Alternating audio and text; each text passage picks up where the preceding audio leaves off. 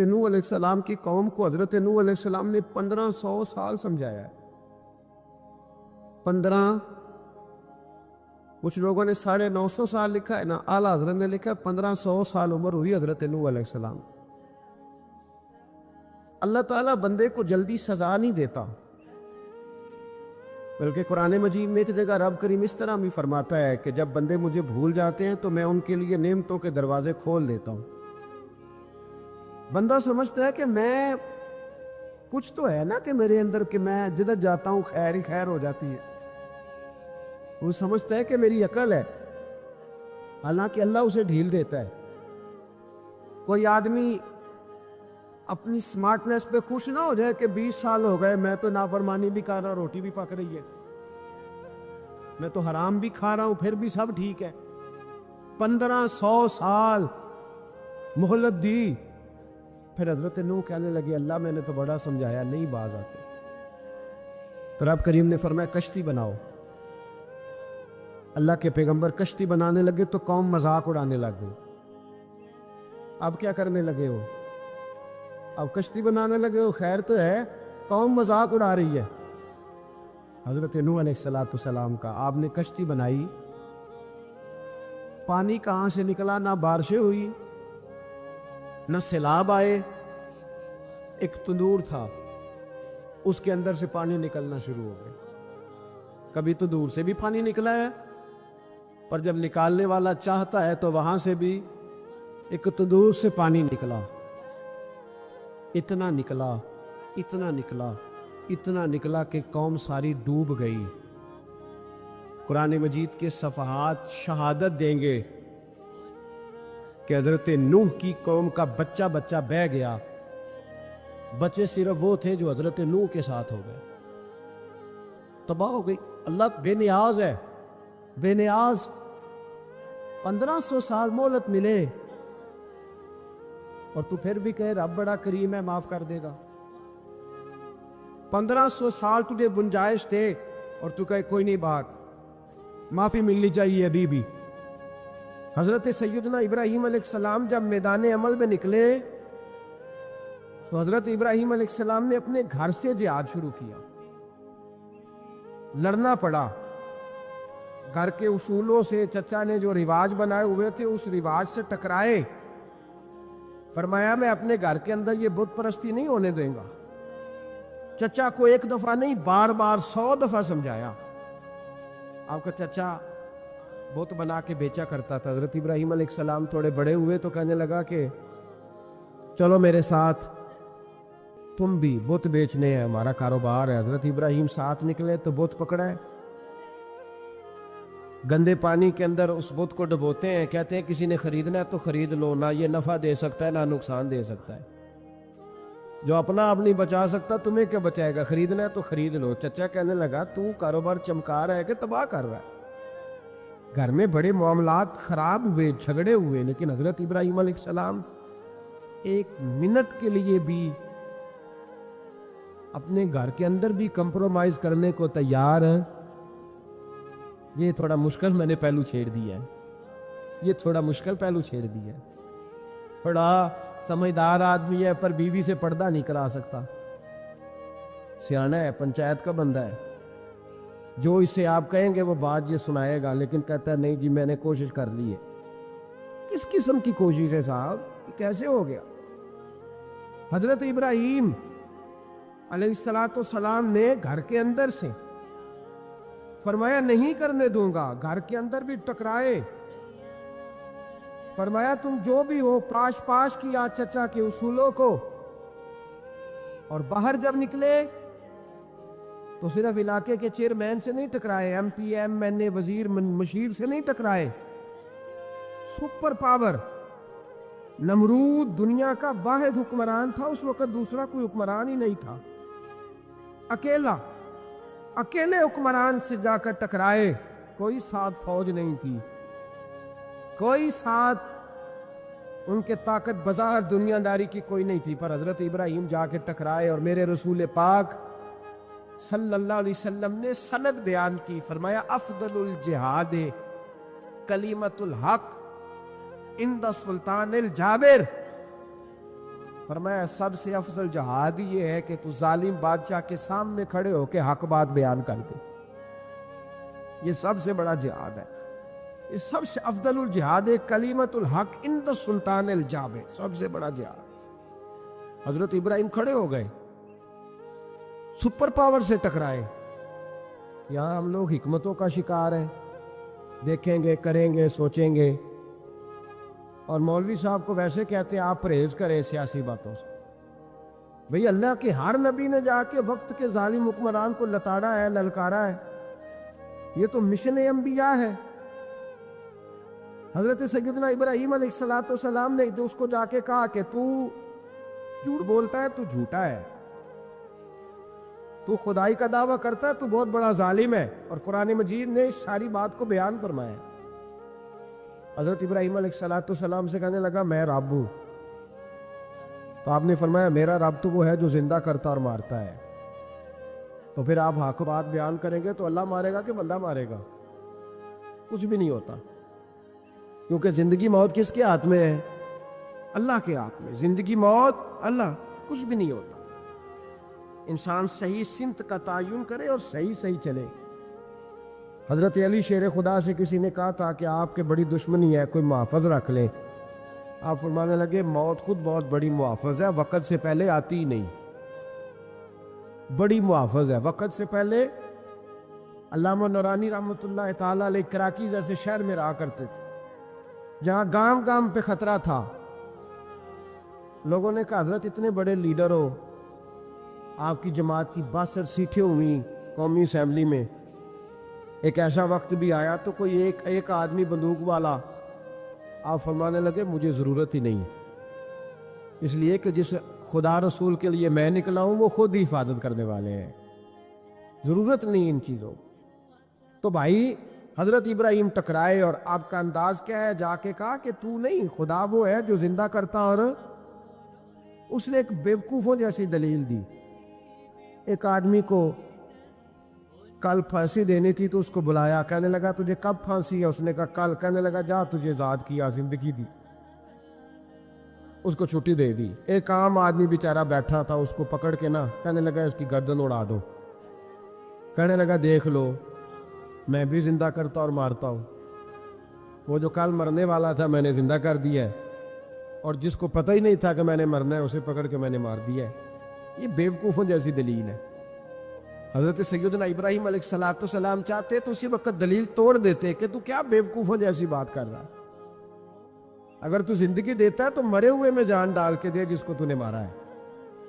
لیکن حضرت ابراہیم نے دیکھا کہ بیوقوف ہے، بیوقوفوں سے بحث نہیں ہوتی، دلیل بدل لی جاتی ہے، ان کی عقل کے مطابق بات کی جاتی ہے۔ حضرت ابراہیم فرمانے لگے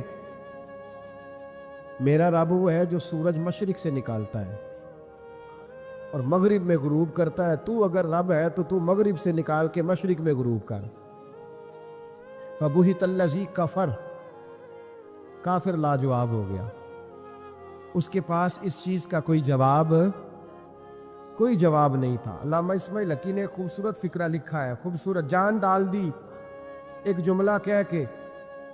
حضرت سیدنا علامہ اسماعیل حقی رحمۃ اللہ علیہ فرمانے لگے چونکہ نمرود بیوقوفوں جیسی باتیں کر رہا تھا، اگر وہ یہ کہہ دیتا نا کہ میں سورج کو نکالتا ہوں مشرق سے، میں غروب کرتا ہوں معاذ اللہ مغرب میں نکالتا ہوں، تو آپ اپنے رب سے کہیے کہ وہ مغرب سے نکال کے مشرق میں غروب کرے۔ علامہ اسماعیل حقی فرماتے ہیں رب کریم کی آواز قدرت تھی، مالک حضرت ابراہیم علیہ السلام کے اس، اگر وہ کہہ دیتا اور حضرت ابراہیم دعا کر دیتے تو رب کریم نے فرشتوں کو تیار بٹھایا ہوا تھا، فرمایا اگر یہ کہہ دے میرے خلیل سے کہ سورج مغرب سے نکال کے مشرق میں غروب کرنا ہے تو تیار رہنا، جس طرح خلیل کہیں گے ویسے ہی کر دیں گے۔ وَاتَّخَذَ اللَّهُ إِبْرَاهِيمَ خَلِيلًا، ابراہیم ہمارا دوست جو ہوا، جیسے کہے گا ویسے کر دیں گے۔ حضرت سیدنا ابراہیم علیہ السلام کی باتوں کا جب جواب نہ دے سکا، دلیل نہیں بندہ دیتا، پھر لڑائی کرتا ہے، پھر جھوٹے موٹے اعتراض کرتا ہے، دلیل ختم ہوتی ہے تو لوگ ذاتیات پہ اترتے ہیں، کہتے ہیں یہ کھانستا صحیح نہیں، دیکھتا صحیح نہیں. دلیل ختم. اب ذاتیات پہ اترے. کہنے لگے مجھے پتہ چلا ہے کہ یہ فلانی جگہ گیا تھا تو وہاں جا کے اس نے اس طرح کیا ہے. پھر لوگ ذاتیات پہ اترتے ہیں. جب دلیل کا جواب دلیل سے نہیں دے پاتے پھر ذاتیات پر اتر کر حملے کرتے ہیں. حضرت ابراہیم کے دلائل کا جواب نمرود نہ دے سکا تو کہنے لگا کہ اس کو آگ میں ڈال دو. قوم گئی ہوئی تھی ساری. آپ نے بات سنی ہوئی ہے, میں نے صرف اشارہ دینا ہے. میلے پہ تو حضرت سیدنا ابراہیم علیہ السلام نے سارے بت توڑ دیے. کلاڑا بڑے بت کی گردن پہ رکھا. واپس آئے, کہنے لگے بت کس نے توڑے ہیں؟ تو فرمایا اس سے پوچھو جس کی گردن پہ کلاڑا ہے. کہنے لگے یہ تو بول ہی نہیں سکتا. تو فرمانے لگے بڑے بیوقوف ہو, جو بولتا ہی نہیں, سنتا ہی نہیں, اپنا آپ نہیں بچا سکتا, اس کی پوجا کرتے ہو. کہنے لگے پکڑو, دلیلیں ختم ہو گئی, اس کو آگ میں ڈالو. بہت بڑی حویلی 45 فٹ مربع پہ مشتمل ایک حویلی بنائی گئی اور 45 فٹ اونچی. مختلف روایات, علامہ اسماعیل حقی کہتے ہیں کہ 3 مہینے تک نمرود نے کہا کہ اس کے اندر لکڑیاں ڈالو. لوگ پوچھنے لگے کتنی دنیا جلانی ہے؟ کہنے لگا بندہ تو ایک جلانا ہے, پر بندہ بڑا تگڑا ہے. ایک بندہ. 3 مہینے لکڑیاں ڈالی گئیں. اور لوگوں کی جو تہمات ہوتی ہیں نا وہ بڑی عجیب ہوتی ہیں. تہمات میں نے بڑی تفصیل سے رمضان المبارک میں گفتگو کی تھی. بدشگونی, تہمات لوگ لیتے ہیں. اس وقت بھی لوگ تہمات کا شکار ہو گئے. عقیدہ بگڑ جاتا ہے تو وہ عجیب و غریب باتیں کرنے لگتا ہے. تہمات کا شکار ہو گئے. بیویاں نظر مانتی, میں بیمار ہوں, اگر صحیح ہو گئی تو اتنے من لکڑی دوں گی حضرت ابراہیم کی آگ جلانے کے لیے. ایک عورت لے کے جا رہی ہے لکڑیاں. ایک نیک دل آدمی نے اس سے پوچھا کہاں جا رہی ہو؟ کہنے لگی میں نے منت مانی تھی تو حضرت ابراہیم علیہ السلام کو معاذ اللہ جلانے کے لیے لکڑیاں لے کے جا رہی ہوں. تو وہ رب کریم کے بندے کہنے لگے تو ڈھونڈتی رہے گی, تجھے وہ جگہ ملے گی نہیں. وہ بی بی کئی مہینے گھومتی رہی, جگہ ہی نہیں ملی جہاں لکڑیاں ڈالنی. ماری گئی. تہمات کا شکار ہوئے بہت سارے لوگ. تہمات کا بھائی, تہمات دین کے اندر منع ہے. تہمات دین میں کوئی نظر ماننا, کوئی کسی بزرگ کے مزار پہ جا کے سالے ثواب کے لیے کوئی چیز ماننا, یہ تو درست ہوا. لیکن غیر شرعی نظریں مان لینا کہ میں آ کے گرد چکر لگاؤں گا, میں جناب وہاں جا کے یہ والا تماشا کروں گا, میں دھاگا باندھوں گا, میں رسا کاٹوں گا, میں وہاں گندے ہاؤں سے پانی پیوں گا, ان کی شریعت اجازت؟ یہ تہمات ہیں, بدشگونی ہے. دین میں ان کی کوئی گنجائش؟ آپ نظر ماننے سے پہلے بھی کسی عالم سے رابطہ کریں کہ میں منت مانگنے لگا ہوں تو کیسے ماننی چاہیے, اس کا طریقہ پوچھیں. ایسے ہی غلط چیز کی منت تھوڑی مان لی جائے گی. 12 لامدام برسرے مطلب حضرت ابراہیم کے لیے آگ جلائی گئی. 45 فٹ اونچی آگ ہے, پرندہ بھی اوپر سے گزرتا ہے تو نیچے گر جاتا ہے جل کے. اتنے دن لگا کے آگ جلائی گئی. اب حضرت ابراہیم کو جلایا جانے لگا ہے. یہاں تو موجیں ہیں نا, جو کسی ادارے کا سربراہ ہے اس کے لیے موج ہے, کسی جگہ آفیسر بن گیا تو موج ہے, پیر صاحب کے لیے موج ہے, علامہ صاحب کے لیے موج ہے, خطیب صاحب کے لیے موج ہے. جلنا کس کو پڑتا ہے؟ وہ علی کوئی نہیں رہا اللہ ماشاء اللہ. وہ لوگ گزر گئے جو تکلیفیں سہ کے کام کرتے تھے, گزر گیا زمانہ. حضرت سیدنا ابراہیم علیہ السلام کو جلایا جانے لگا ہے تو اب اتنی بڑی آگ ہے تو ڈالے کیسے؟ شیطان نے تجویز دی کہ منجنیق بناؤ. منجنیق, بڑے بڑے بانس باندھ کے ان کے نیچے رسا باندھو. وہ جس طرح جھولنے کے لیے جھولا بنایا جاتا ہے, اس طرح ایک منجنیق پرانے زمانے میں اس میں پتھر رکھ کے پھینکے جاتے تھے دشمنوں پہ. وہ منجنیق بنائی گئی کہ دور سے حضرت ابراہیم کو پھینکیں گے. ہاتھ حضرت ابراہیم کے باندھ دیے, پاؤں مبارک باندھ دیے. پوری زمین پہ ایک نام لینے والا خدا کا, اور اس کو آج رسیوں میں جکڑا ہوا ہے. جب پھینکا جانے لگا نا آگ میں حوریں رونے لگی، فرشتے تڑپنے لگے، اے اللہ یہ کیا ہونے لگا ہے؟ ایک تیرا خلیل اور وہ بھی آگ میں۔ فرمایا جاؤ جا کے اس سے کہو اگر تمہاری مدد لیتا ہے تو اسے بچاؤ۔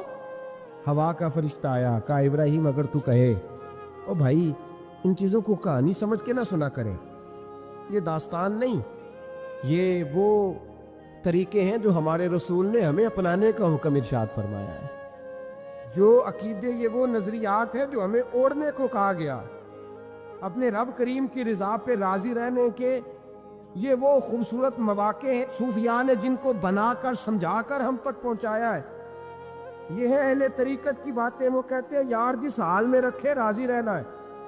حضرت ابراہیم علیہ السلام کو پھینکا جا رہا ہے، فرشتہ آیا، اے اللہ کے خلیل اگر حکم دو تو اتنی ہوا چلاؤں کہ نمرودی جل جائے سارے، آگ ان پہ پھینک دی جائے۔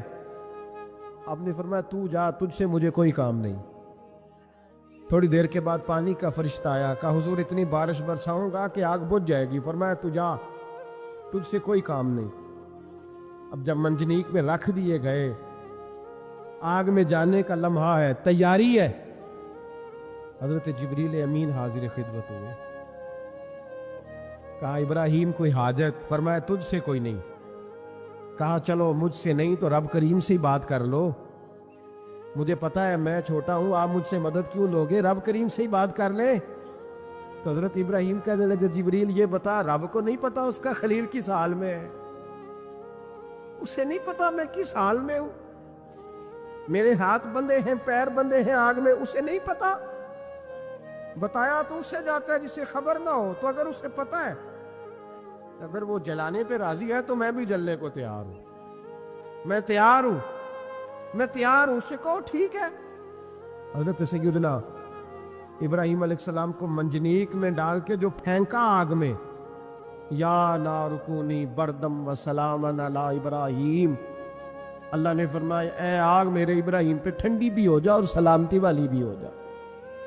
حضرت ابراہیم کو دو فرشتوں نے بٹھا دیا زمین پہ، پھول کھلے ہیں، کونپلیں مہک رہی ہیں، کلیاں خوشبو دے رہی ہیں، حضرت ابراہیم نے سر سجدے میں رکھ دیا، سبحان اللہ والحمد للہ ولا الہ الا اللہ واللہ اکبر۔